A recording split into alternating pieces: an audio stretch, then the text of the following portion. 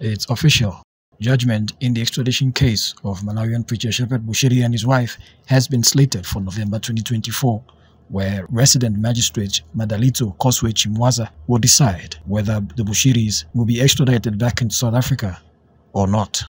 This was a decision at Friday's hearing, where the defense completed its cross-examination of South African state witness Sibongile Mzinyati, who is also the Director of Public Prosecutions for the Gauteng province.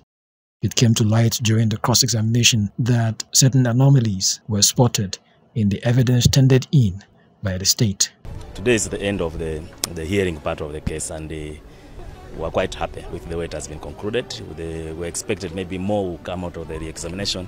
Personally, my personal opinion is that in fact it has destroyed their case further.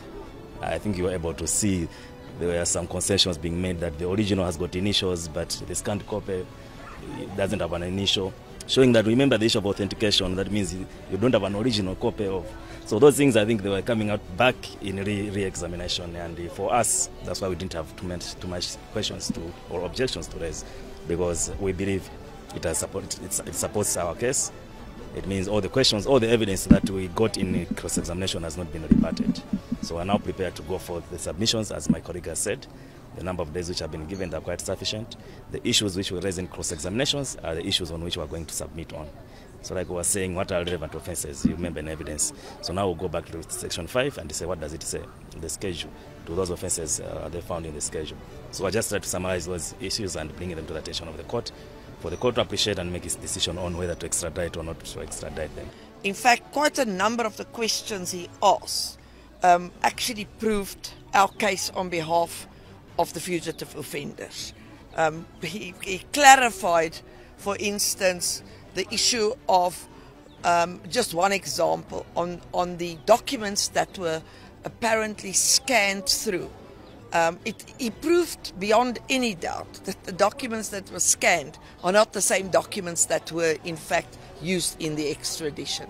Save for that, I think I can very confidently say that our matter ended on a high.